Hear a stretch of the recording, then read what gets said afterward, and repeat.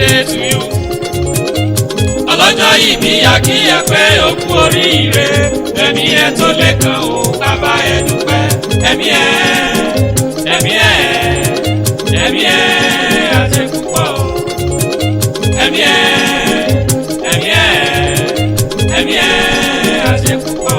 Ọmọ aláṣẹ pẹ́pẹ́pẹ́ lẹ́kùrọ̀ ń fọ́ ọmọ àpamọ̀. Àràlẹ́lẹ́kùrọ̀ ń dá ọmọ àwọn má pa. Ọmọ aláṣẹ jẹ́ lọ ẹjọ́ ilé ọmọ ọlọ́jọ́ bí ẹjẹ́ ilé ẹnìkan mi ò nínú rẹ̀. Òní gan ni Abigail Afọlákẹ́ sọjọ́ bí ẹja kásọ kọ́rùn ẹja lọ kí. Ọmọ Èrúwà Òjòkó ọmọ agbẹdúdú orí òkèlè. Ó kú ọdún màmá Francis, màmá Emmanuel, màmá Jọmí lójú nílà rẹ̀ òní kéré. Ìwọ ti sọdún èyí kọ́lọ́run ọba jẹ́ oṣù èyí tó pọ̀. Lọ́lá Ọlọ́run mo níwọ̀ òní kánjú kú. Mo ní management of Divine Favour College tó ń bẹ l'Èrúwà ló rán mi sí ẹ. Wọ́n ní gbogbo ọgbọ̀njọ́ oṣù kẹjọ wọ́n ní lọ́jọ́ mi rẹ̀. Ìwọ ti wá sọdún èyí náà kọ́lọ́run ọba jẹ́ oṣù èyí tó pọ̀. Òjòjò wa ní sowó kọ́mọ́sà ìnájà kókókó lára ọ̀tá lé. Lọ́lá Olódùmarè ire ni fún ẹ lọ́jọ́ gbogbo. Ó kú ọdún ọ̀jọ̀gbọ́n pàtàkì ní Excel Microfinance Bank. Àlọ́ ó kú ọdún olódodo èèyàn tó dáńtọ́. The management of Divine Favour College wọ́n ní kí n kí ẹ wọ́n ní kí n kí ẹ kérélédélé. Ọ̀yá járe lé bàbá rẹ̀ járe bí wọ́n gbé bí ẹ lọ́mọ Èrúwà òjìnà débi ká wá wọ mọ́tò níbẹ̀.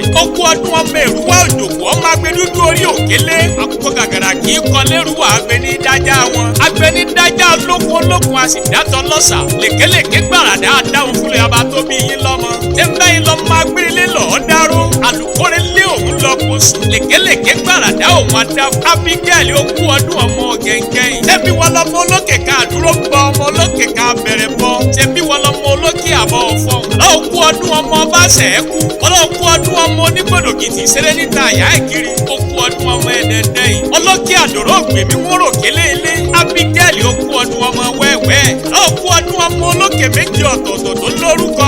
Òkè ọba sẹ́kù òkè ní ọba sẹ́kù òdòdó ẹ̀rù akéré fọba túra. Òkè akọlù òkè ní òkè apáńpá. Ọlọ́run kú ọdún ọmọ olókè òkèlè ilé. Bàbá yín olókè Òjòkó ń bẹ l'Èrúwà. Oní òkè wẹ́wẹ́ onígbàgbòrò. Òkè akọlù ń bẹ l'Èrúwà tọ́ba ò gbọ́dọ̀. Bàbá yín àwọn òkè rìbìtìrìbìtì ló yóò di ìlú ká. Lọ́lá Olódùmarè kọ́wọ́ Ọlọ́run ọba kó yí ẹ kó. Pẹ́pẹ́pẹ́ lọmọ ó wú sí ilé arọ́ lọ́lá Olódùmarè ikú rẹ̀ ò ní yá kankan. Ìwọ ò ní tètè kú kí wọn kó lè mọ ròyìn iṣẹ́ eré ọwọ́ Ọlọ́run. Lórúkọ Jésù igbá rẹ̀ ìléni. Àwọlé rẹ̀ ìléni. Ìwọ ti sọdún èyí lọ́lá Ọlọ́run ọba kó o ṣèyí tó pọ̀. Lórúkọ Jésù ìwọ wà ní kánjúkú. Ó kú ọdún Big Mummy, ìyá àbùkì, ìyá Railboat. Abamfek International tó bá wá ń gbóhùn mi. Management of Divine Favour College Èrúwà. Àwọn ni wọ́n ní kí n fèyí kì í dédélé ọmọ aláṣẹ ló kọ tèmi. Àlàbá yín tí ò ní bèjì rí. Ó ní ẹ̀rẹ̀ bára wa ṣe ẹjẹ́ àjọ sàmì ẹ̀.